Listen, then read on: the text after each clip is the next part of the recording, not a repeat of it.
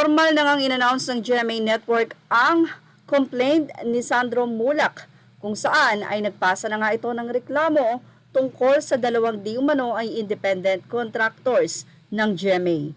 Mula sa GMA Network statement, GMA Network has just received a formal complaint from Sparkles artist Sandro Mulak against two GMA independent contractors, Jojo Nunes and Richard Cruz. Recognizing the seriousness of the alleged incident, GMA Network had already initiated its own investigation even before receiving the formal complaint.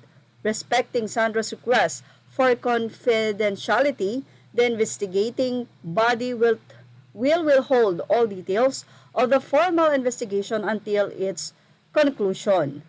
The network assures the public and all stakeholders of its commitment to conducting this investigation with the highest standards of fairness and impartiality.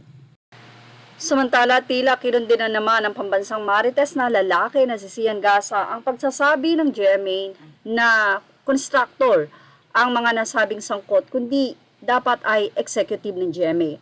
Ayon kay Sian Gasa, ang issue daw or ang chika ay ito palang pamangkin ni Aga Mulak ay niyaya sa isang after party noong GMA Gala.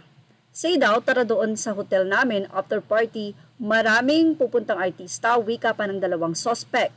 Pagdating ng biktima sa suit, laking gulat niya na tatlo lang pala sila.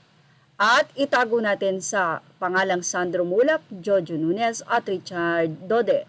Bilang mga executive ng GMA7 at bilang close friend ni Big Boss, Annette Gozon, hindi makasabit ang batang Sandro bilang respeto sa dalawa o hindi makasibat.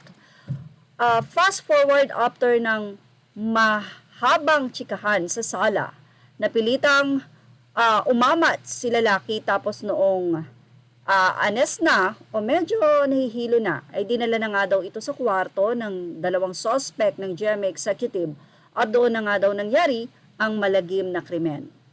Matapos pumutok ang issue sa bansa, agad-agad na dininay ng GMA7 si Richard at Jojo na sila daw ay mga independent contractor lamang. Kung may nagawang krimen, ang tawag doon ay independent contractor. Pero kapag nga daw nakasungkit ng award, gantimpala, ang tawag doon ay kapuso. Yan ang pagkondena naman ni Sian Gasa. So ngayon, ayon nga sa family Mulak, kung ano man ang magiging desisyon, sila ang tatapos dahil inumpisahan ito. At yan ang ating Showbiz Now update. Images are all credit to the rightful owners. Thank you for watching Showbiz Now.